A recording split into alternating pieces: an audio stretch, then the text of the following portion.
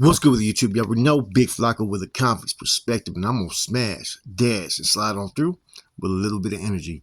Please hit the like, subscribe, comment, do all those things to help support this channel, and hit that bell notification for future fire content. So as you guys know, man, I dropped a video that was got huge numbers yesterday regarding the recent tensions between black and brown behind the walls. In today's video, what I want to do is, what's really going on? What is the message being sent in all this? What can we learn from this, and where does the future, take this whole situation? Now, first and foremost, since the end of all hostilities, right? People are forgetting that what they were able to achieve was, was something I never thought would happen.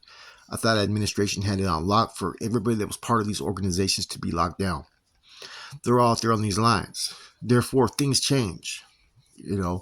Part of what you see behind the walls is a lot of people don't want to stir up the pot. They don't want to have conflict. They don't want to lose their mainline status and everything that they have out there, from the family visits to the regular visits to the money they're able to make. You have a lot more action out there. Therefore, there's consequences to war.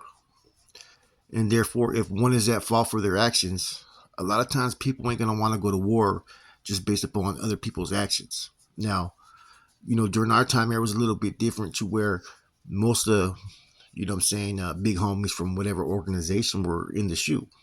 Therefore, they didn't have anything really coming back there. So what was ever going on these main lines, everybody was a product of, the environment that they were in. They were basically foot soldiers. The significance of importance wasn't even there. Now, things have changed. Now that you got big homies out there in the main lines, you really got to think, man. Whereas before, these organizations and the hand that they have, whether NF, MA, AB, whatnot, yes, they can reach out there and touch someone, and they have the soldiers to do it. But you also got groups who are not as organized, right? Who don't really care what you're about. You don't play into their agenda. You don't play into what they're pushing. And if you push up, they're going to push back. And a lot of times that's with these Africano cars, Crips, Bloods, whatever it may be. Nobody's going to push that narrative on them. And if you start to think, because you have control over your people, that you're going to be able to put those dictates upon another group, you're going to have different backlash effects. Now, I'm not saying that happened in this incident, right? But there's been an ongoing list of issues that have occurred over and over again, right? Now, the numbers are pretty much even when you talk about Rasa and black and brown. And it's going to war doesn't serve no purpose for either of these groups, man. And a lot of times I believe this is the division trying to be created by administration, right? Now, at the same token, right, I don't think anybody's going to get pushed back or dictated to what they can and can't do unless people are ready to go there. And see, you have to really calculate every move that you make, because is it really worth risking the lives of other soldiers, the agenda that you have, and the scenario of where everybody is today? And that's something that nobody is really taking heed to, is that, look, there's been a lot achieved based upon the unity amongst all races and groups behind the walls that are convicts, right? Now, this is another thing that's came to light. Anybody can get touched. It doesn't matter what your status is. At the end of the day, you're a man. And sometimes people have those statuses, or they're affiliated with whatever they're associated with. Sometimes they hide behind that shield, right? But there's those who are going to be out there who really don't give a fuck. And that's what you have. You have some street gang members that, they have no problem pushing back. And it's been happening on all these lines. I mean, it's been going on for a long time, right?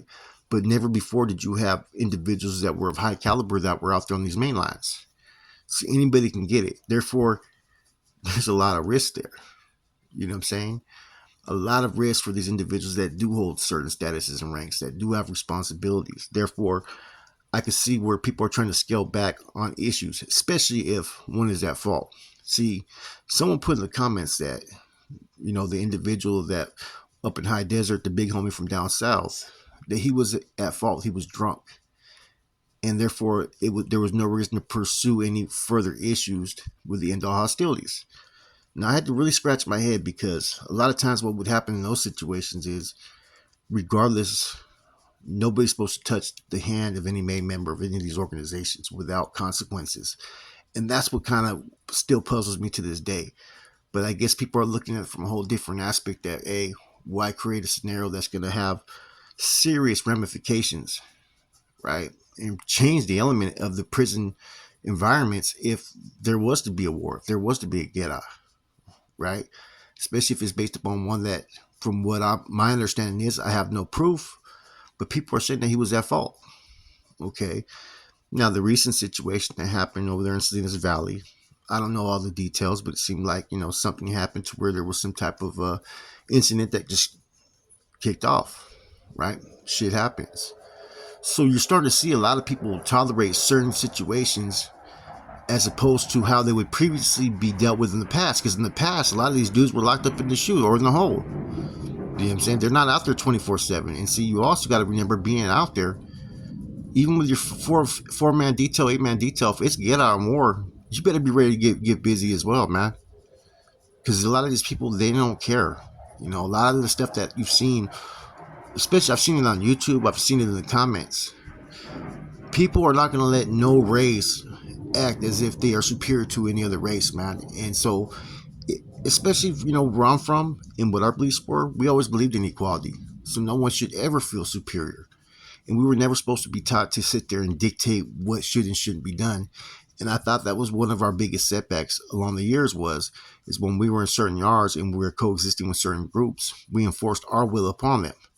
Of course, if they don't want to comply, there's always going to be that pushback both ways. And see, this is where you got to have the convicts come out and sit there and say, look, we've achieved so much.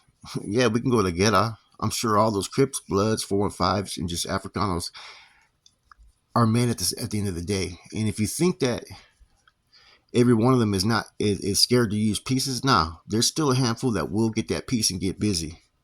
Yes, his Mexican gangs and so forth are more traditionally known for using pieces. They don't play. We know that they're willing to go to the fucking end.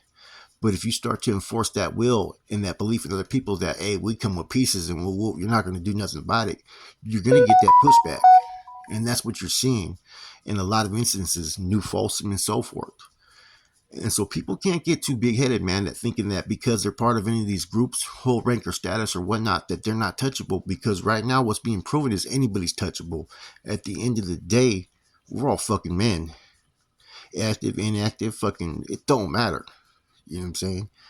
And, if certain things are going to be tolerated amongst allowing other groups to do things, how do you think that's going to make certain manpower feel? So it's really a touchy situation, man. And I think that what is in need is more communication amongst convicts, man, to sit there and say, hey, look, you know what I'm saying? What issues do we have here? What's the problem? Because it seems like, yeah, everybody had that positive push to get where they wanted to get, but now all that started to backslide a little bit. Nobody's putting forth the same energy as far as a collective. And this is exactly what administration wants. They want everybody to get on each other's helmets. They want the conflict. They want the division so they can open these shoe yards up. That's why they close so many prisons down. It's going to force so many people to have to be on certain yards, and they're going to see what reaction we're going to get. Right? Like I said, man, this opened the eyes of a lot of people now. And, never underestimate anybody. And see, this goes to show, right? I mean, as being a Norteño, right? And any Norteño out there should know from our teachings, right? What was the one thing that we stood against? Oppression. Those who felt they were superior to us and wanted to treat us inferior. So some of these people have gotten so far ahead of themselves and thinking that they're so much more elite than other groups that you're seeing that motherfuckers don't really care. At the end of the day, what's worse? An organized group who has to follow rules and so forth, or a group over here that doesn't give a fuck and is tired of other people thinking that they're better than them. You know what I'm saying? I got to keep it 100 in this aspect, man. This is kind of a reality check in so many forefronts, man. And, I hope, I pray that some type of resolution is, what I'm saying, brought forward to the table and that there's better communication and then people get to the bottom of whatever issues they may have, because the end all hostilities, they were able to achieve a lot. And right now, what you're starting to see is you're starting to see a racial push from different groups. We've been seeing it on fucking YouTube for like the last fucking year.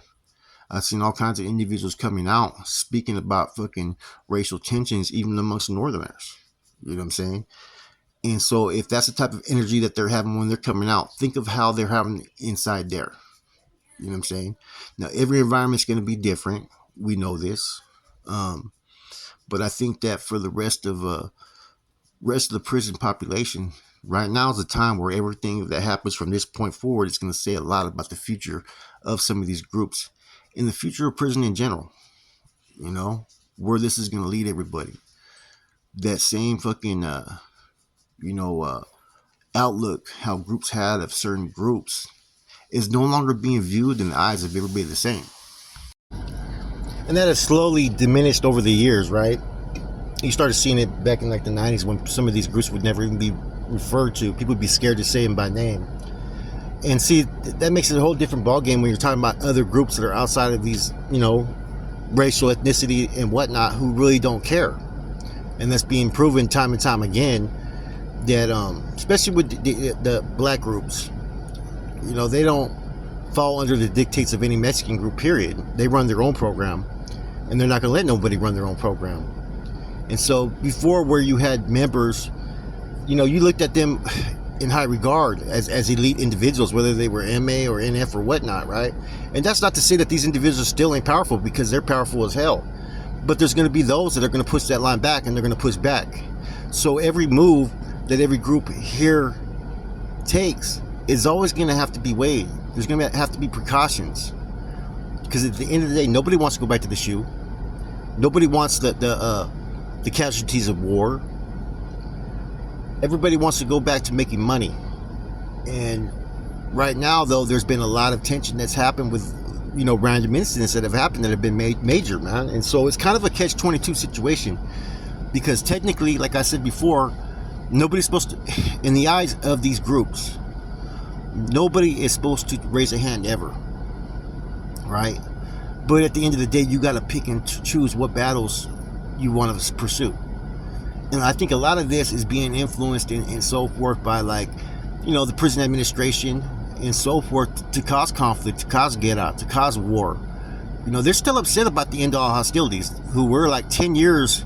It's been 10 years now since the first hunger strike, that 2 years later they were able to settle. And so now, after all the dust has settled, and a lot of these guys are out there trying to campaign for other things. See, that's what people don't realize, is that when these groups came out there, people have been vying for power. They've been vying for territory. And this goes with the NF, MA, and all these other groups and whatnot. And when you're vying for power and you're campaigning, and you have so much stuff that's going on internally, you don't really look at all the external oppositions that you have. You don't look at all the influences that you made and how you impacted others and how they may feel and view you. And see, this is where the reality comes into play.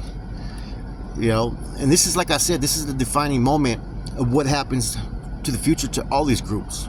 What course of action are they going to take? What road are they going to take?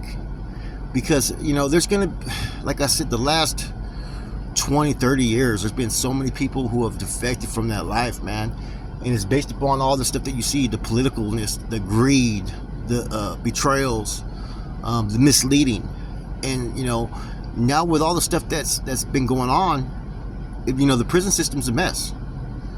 Just look at alone all the stuff that we've had happen the last few 6 months. Mondo Quinn got, died by the cops, shot. Smilone, he was killed. He was gotten out from Sacramento, right? Just recently, fucking Mosca, he passed away. Babo from fucking Florencia, he passed away from, was it cancer or something like that? And, and the list goes on and on. So, nothing is as much as you would think that they would be able to establish and bring some type of stability. They haven't. That's why I say, at the end of the day, man, times have changed. The system's evolved. Society's evolved. And these groups have to evolve, man. What was working before may not work no more. Because the taste of reality has hit a lot of people right in the fucking mascara. Like I said, I don't underestimate no group, no man, or nothing, man. I know what all these groups they are very powerful in their own right, but it changes in certain environments, man. And like I said, unless you're part of that community, you're not going to have always the same regard for individuals as you would your own kind, or those that are of your own ethnicity, or even your adversaries. You know what I'm saying? So at the end of the day, like I said, man, I think that the convict mindset needs to outweigh all the bullshit, and people need to start considering what is more important for the overall collective, man. You know what I'm saying? It's easy to go to war, but even war, man, none of these groups are ever going to be able to become the main dominating force. You could be the most strongest force in there and be the one that you think is going to come out on top on most battles, but there's no guarantee. You know what I'm saying? Because push come to shove, groups are going to unite. They're going to come together, especially when it comes to common enemies or common oppositions. And I don't think any of it's a matter of respect. I think respect's given, but I think it's more along the lines of there ain't no longer any more fear.